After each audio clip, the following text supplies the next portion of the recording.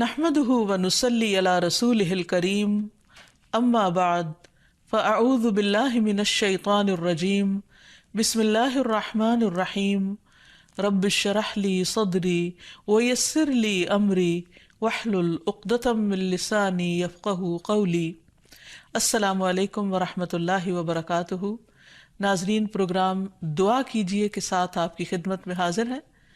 آج ہم انشاءاللہ آپ کے ساتھ گھریلو پریشانیوں سے نجات حاصل کرنے کی دعائیں شیئر کریں گے۔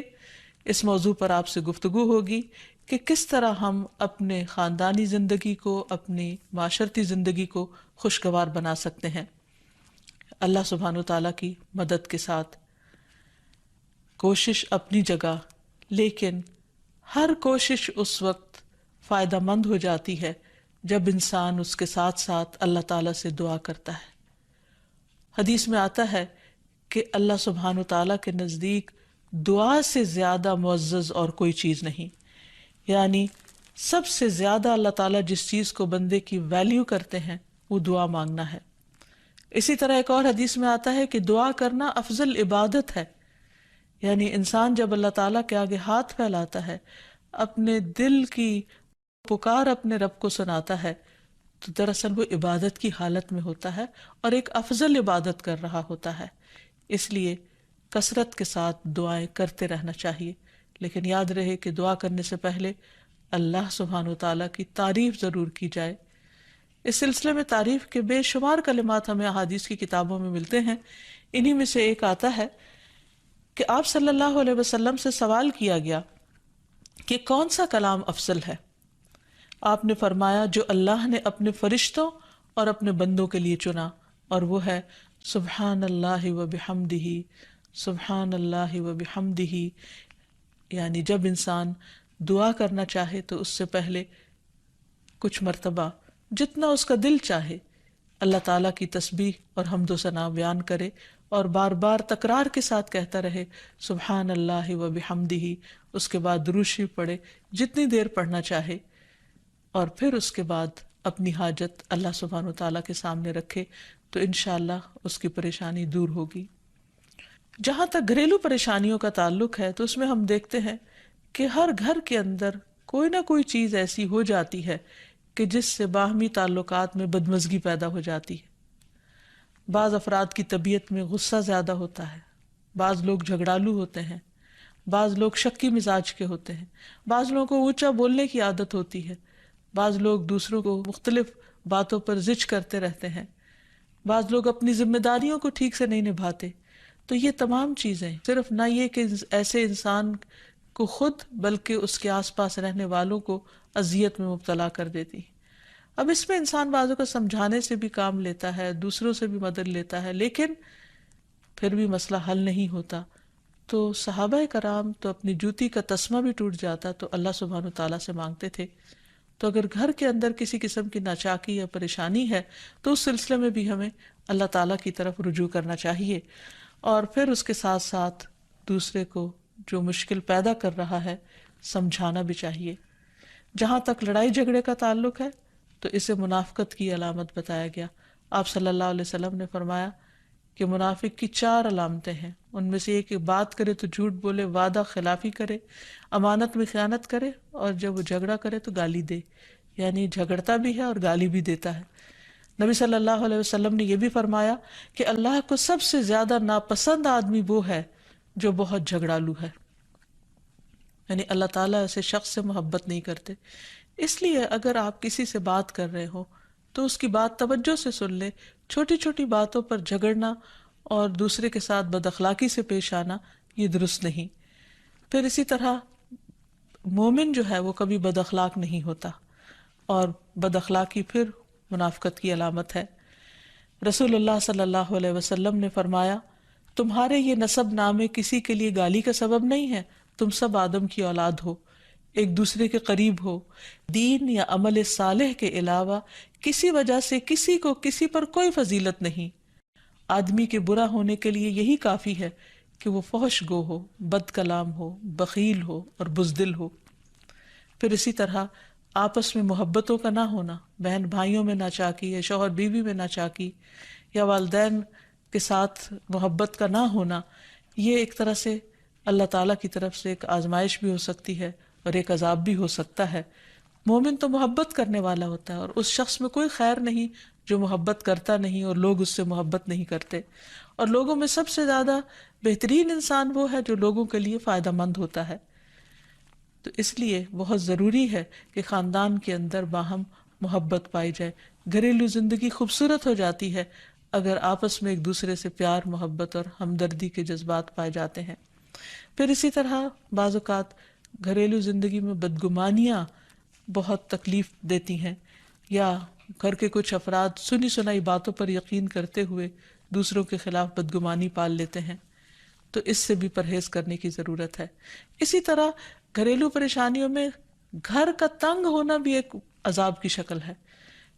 اس لیے نبی صلی اللہ علیہ وسلم نے ہر وضو کرنے کے بعد جو دعا سکھائی، اس میں خاص طور پر یہ دعا آتی ہے کہ اے اللہ میرے گھر میں وسعت پیدا کر دے، یعنی ایک تو دلوں میں وسعت ہو، اور دوسرا یہ ہے کہ جگہ بھی کشادہ ہو۔ رسول اللہ صلی اللہ علیہ وسلم نے فرمایا 3 چیزیں بدبختی میں سے ہیں۔ عورت جب تو اسے دیکھے تو وہ تجھ کو بری لگے، اور وہ تجھ پر اپنی زبان چلائے، اور اگر تو اس سے غائب ہو تو وہ اپنے نفس کی اور تیرے مال کی حفاظت نہ کرے۔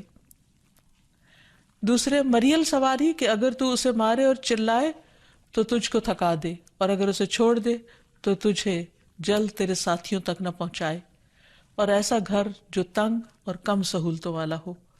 تو اس لیے اگر انسان ایسی کسی تکلیف میں مبتلا ہے تو اس کا حل بھی یہی ہے کہ کوشش کے ساتھ ساتھ انسان دعا کرے۔ اسی طرح خرچ میں کمی، وسائل میں کمی، مال میں کمی، یہ تمام چیزیں بھی عموماً گھروں کے اندر جھگڑے پیدا کر دیتی ہیں۔ کھانے پینے کی قلت، بنیادی ضروریات کا پورا نہ ہونا، تو ایسی صورت میں بھی انسان اللہ تعالیٰ کی طرف رجوع کرے، اور اس کے لیے ساتھ ہی کوشش بھی ضروری ہے۔ کوشش میں سب سے پہلے تو یہ کہ انسان لڑائی جھگڑا چھوڑے، صبر و ضبط کی عادت ڈالے، برداشت اور تحمل کی عادت اپنے اندر پیدا کرے، اپنے اخلاق کو بہتر بنائے۔ ایک حدیث کے مطابق اللہ سبحانہ و تعالیٰ جب کسی گھرانے پر خیر و برکت نازل فرمانا چاہتے ہیں تو اس گھر والوں کے اندر نرمی پیدا کر دیتے ہیں، اور ایک اور حدیث میں یہ بھی آتا ہے کہ جو نرمی سے محروم کر دیا گیا وہ ہر خیر و بلائی سے محروم کر دیا گیا۔ تو اس لیے گھر کے ہر فرد کو اپنے اپنے رویے پر غور کرتے ہوئے اپنے اخلاق کی اصلاح کرنے کی ضرورت ہے، اور دوسروں سے توقعات زیادہ رکھنے کی بجائے اپنا طرز عمل اچھا کرنے کی ضرورت ہے۔ اور گھر والوں کے ساتھ بہترین ہونا نبی صلی اللہ علیہ وسلم کی سنت ہے۔ آپ نے فرمایا تم میں سے بہتر وہ ہے جو اپنے گھر والوں کے لیے بہتر ہو، اور میں تم سب کی نسبت اپنے گھر والوں کے حق میں اچھا ہوں۔ یعنی آپ نے اپنی مثال دی کہ میں سب سے اچھا سلوک اپنے گھر والوں سے کرتا ہوں، تو تمہیں بھی اگر اچھا بننا ہے تو ایسا ہی کرنا ہوگا۔ پھر اسی طرح گھر والوں کو زیادہ سے زیادہ فائدہ پہنچانا۔ حسن بصری سے مروی ہے کہ اللہ تعالیٰ کے نزدیک پسندیدہ بندے وہ ہیں جو اپنے اہل و عیال کو سب سے زیادہ نفع دینے والے ہیں۔ پھر اسی طرح پیار و محبت سے رہنا۔ اگر لڑائی جھگڑا ہو بھی جائے یا کوئی غلط فہمی پیدا بھی ہو جائے تو اس وقت خاموشی اختیار کر لینا، مناسب وقت کا انتظار کر کے اس غلط فہمی کو دور کرنا ضروری ہے۔ پھر اسی طرح اللہ سبحانہ وتعالیٰ نے گھریلو زندگی کو خوشگوار بنانے کے لیے جو بہترین ہدایت ہمیں قرآن مجید میں دی ہے وہ ہے عفو و درگزر سے کام لینا۔ اللہ تعالیٰ فرماتے ہیں یا ایہا الذین آمنوا ان من ازواجکم و اولادکم عدوا لکم فاحذروہم وَإِن تَعْفُوا وَتَصْفَحُوا وَتَغْفِرُوا فَإِنَّ اللَّهَ غَفُورٌ رَّحِيمٌ إِنَّمَا أَمْوَالُكُمْ وَأَوْلَادُكُمْ فِتْنَةٌ وَاللَّهُ عِندَهُ أَجْرٌ عَظِيمٌ۔ اے لوگو جو ایمان لائے ہو، بے شک تمہاری بیویوں اور تمہارے بچوں میں سے بعض تمہارے دشمن ہیں، سو ان سے ہوشیار رہو، اور اگر تم معاف کرو اور درگزر کرو اور بخش دو تو بے شک اللہ بے حد بخشنے والا نہایت رحم فرمانے والا ہے۔ تمہارے مال اور تمہاری اولاد تو محض ایک آزمائش ہے، اور جو اللہ ہے اسی کے پاس بہت بڑا اجر ہے۔ یعنی انسان کو بعض اوقات اپنی ہی بیوی یا بیوی کو اپنے ہی شوہر سے، اور بعض اوقات اپنے ہی بچوں سے یا اپنے ہی والدین سے دشمنی کا اندیشہ ہو سکتا ہے، اور وہ ایک دوسرے کے لیے مصیبت اور بلا ہو سکتے ہیں، لیکن ایسی صورت میں بھی انسان کا گزارا نہیں ہو سکتا جب تک ایک دوسرے کو معاف نہ کرے۔ زندگی کی گاڑی نہیں چل سکتی جب تک انسان دوسروں کے قصور اور غلطیاں ان سے درگزر نہ کرے، کیونکہ ہر انسان کبھی غصے کی وجہ سے، کبھی جہالت کی وجہ سے، کبھی جلد بازی کی وجہ سے، کبھی لوگوں کے اکسانے پر اپنے پیاروں کے ساتھ زیادتیاں کر جاتا ہے۔ تو ایسی صورت میں انسان اگر چاہتا ہے کہ اس کی زندگی خوشگوار ہو تو اسے معاف کرتے رہنا چاہیے۔ نبی صلی اللہ علیہ وسلم کے اخلاق کے بارے میں جب پوچھا گیا تو حضرت عائشہ کہتی ہیں کہ آپ طعن و تشنیع کرنے والے نہ تھے، یعنی طعنے نہیں دیتے تھے، یعنی اگر کسی سے غلطی ہو جاتی تو اسے بار بار یاد نہیں کراتے تھے، فحش کام نہیں کرتے تھے، بازاروں میں چیخنے والے اور برائی کا بدلہ برائی سے دینے والے نہ تھے، بلکہ معاف کرنے والے اور درگزر کرنے والے تھے۔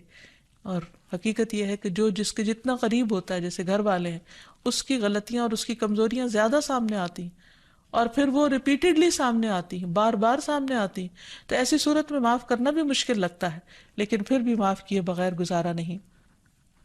پھر اسی طرح یہ ہے کہ انسان اگر ہمیشہ دوسروں کا حق ادا کرنے کی فکر کرے تو اس سے بھی بہت سے جھگڑے ختم ہو جاتے ہیں۔ شوہر اگر بیوی کو حق دینے والا ہو، بیوی خوشی سے شوہر کا حق دینے والی ہو، بہن بھائی ایک دوسرے کے اوپر قربانی کرنے والے ہوں، ایثار کرنے والے ہوں، تو ایسی صورت میں گھر کا ماحول بہت خوشگوار ہو سکتا ہے۔ عورت کے بارے میں فرمایا نبی صلی اللہ علیہ وسلم نے کہ عورت اس وقت تک ایمان کی حلاوت نہیں پا سکتی جب تک کہ وہ اپنے شوہر کا حق ادا نہیں کرتی۔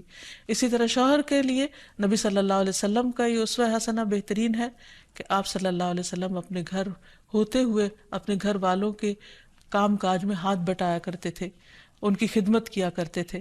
جب نماز کا وقت ہوتا تو فوراً نماز کے لیے تشریف لے جاتے۔ آپ اپنے چھوٹے چھوٹے کام خود کر لیا کرتے تھے۔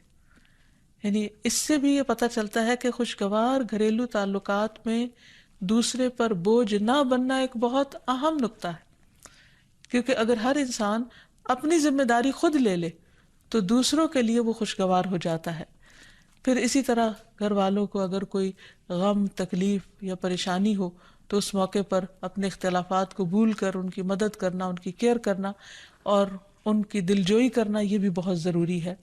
اور حد الوسع گھر کا ماحول خوشگوار رکھنا چاہیے، ایک دوسرے کا احساس کرتے ہوئے اور ایک دوسرے کے کاموں میں عیب نہ نکالتے ہوئے اور ایک دوسرے کو اپریشیٹ کرتے ہوئے، ایک دوسرے کی اچھی خوبیوں کو اور اچھی باتوں کی تعریف کرتے ہوئے، اور اسی طرح بعض اوقات اپنی خواہشات کو پیچھے کرتے ہوئے، کیونکہ اگر ہر انسان یہ چاہے کہ زندگی اس کے مطابق، کیونکہ اگر ہر انسان یہ چاہتا ہو کہ ہر کام گھر میں اس کی مرضی کے مطابق ہو تو یہ ممکن نہیں۔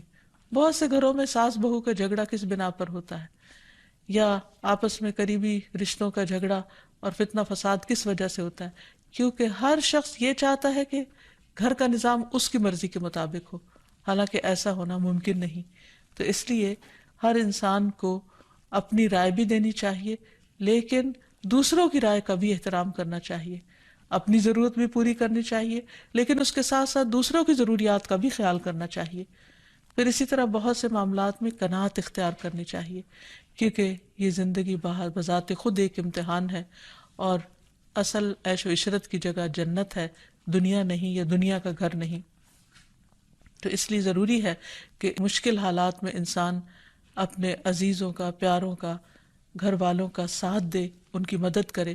مثلا شوہر کے اگر معاشی حالات تنگ ہیں تو بیوی ناجائز مطالبات نہ کرے، اسی طرح اگر بیوی بیمار ہے تو شوہر اس سے بہت زیادہ گھر کے کام کا مطالبہ نہ کرے۔ تو ایک دوسرے کے حالات کی رعایت کرتے ہوئے اگر انسان ایک دوسرے سے توقعات رکھے تو اس سے بھی حالات بہت خوشگوار ہو سکتے ہیں۔ اور پھر یہ کہ ہمیشہ دوسروں کی چھوٹی چھوٹی ایفرٹ پر ان کے لیے شکر گزاری کے جذبات ہونے چاہیے۔ مثلاً اگر کوئی آپ کو گھر میں پانی پلا دے تو آپ اس پر بھی شکریہ بولیں۔ ہم عام طور پر اگر گھر سے باہر کہیں ہوتے ہیں اور کوئی ہمارے ساتھ تھوڑے سا بھی احسان کا معاملہ کرے تو ہم اس کے احسان کو مانتے ہیں، لیکن گھر والوں کا احسان ماننا ایک مشکل کام لگتا ہے. تو اس لیے اگر ہم چاہتے ہیں کہ گھریلو زندگی خوشگوار ہو تو اس میں گھر والوں کے احسان کو بھی ماننا ضروری ہے. اور پھر چھوٹی چھوٹی اذیتوں کو بہت مینشن نہیں کرنا چاہیے، ان کا ذکر نہیں کرنا چاہیے، ان پر صبر کرنا چاہیے. تو جو شخص شکر اور صبر سے کام لیتا ہے اس کی زندگی لازماً خوشگوار ہوتی ہے. لیکن اس کے باوجود بھی اگر گھریلو زندگی میں تنگی ہو، تکلیف ہو، آپس کی ناچاکی ہو، دشمنی ہو، پریشانی ہو، بہت بے چینی ہو، تو پھر اللہ سبحانہ وتعالیٰ ہی کی طرف رجوع کرنا چاہیے. کیونکہ قرآن مجید میں آتا ہے وَإِن يُرِدْكَ بِخَيْرٍ فَلَا رَادَّ لِفَضْلِهِ يُصِيبُ بِهِ مَن يَشَاءُ مِنْ عِبَادِهِ وَهُوَ الْغَفُورُ الرَّحِيمُ. اور اگر اللہ تجھ سے کوئی بھلائی کرنا چاہے تو کوئی اسے ٹالنے والا نہیں، وہ اپنے بندوں میں سے جسے چاہے فضل سے نوازتا ہے اور وہ بخشنے والا اور رحم کرنے والا ہے. تو اس لیے چھوٹی چھوٹی تکلیفوں پر بھی فوراً اللہ کا ذکر، اللہ کی یاد، اللہ کی تسبیح انسان کے دل کو سکون بخش دے.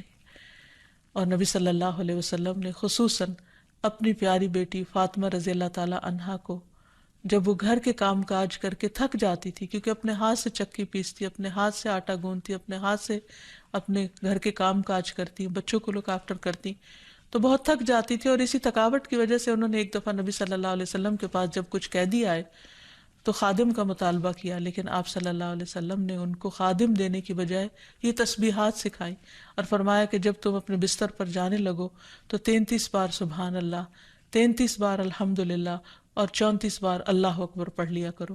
اور اسی لیے یہ تسبیحات فاطمہ کے نام سے بھی معروف ہیں.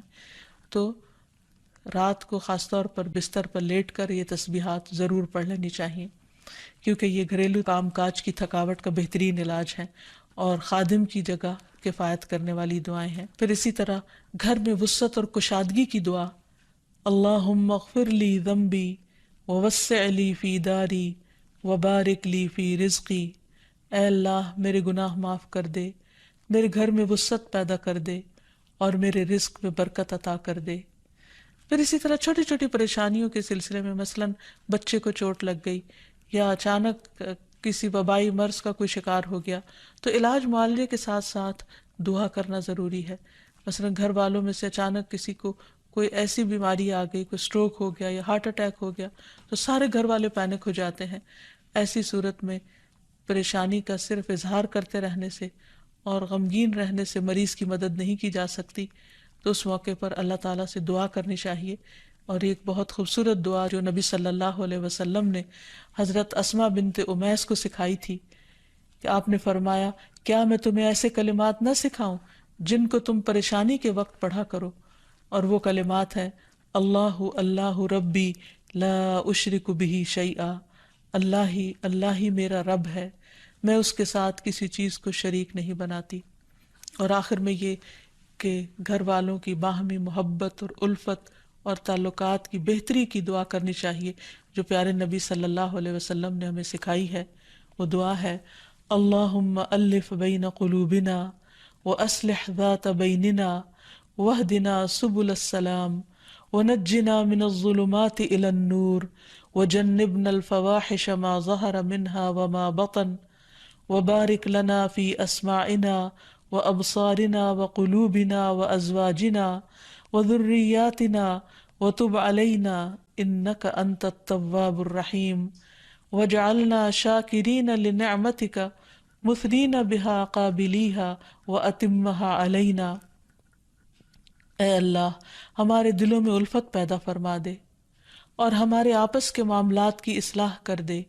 ہمیں سلامتی کے راستوں کی رہنمائی فرما اور ہمیں اندھیروں سے نجات دے کر نور کی طرف لے آ اور ہمیں تمام ظاہری اور چھپی بدکاریوں سے محفوظ رکھ. ہمارے کانوں اور ہماری آنکھوں اور ہمارے دلوں اور ہماری گھر والیوں اور ہمارے بچوں میں برکتیں عطا فرما. ہماری توبہ قبول فرما، بلا شبہ تو بہت زیادہ توبہ قبول کرنے والا اور رحمت کرنے والا ہے.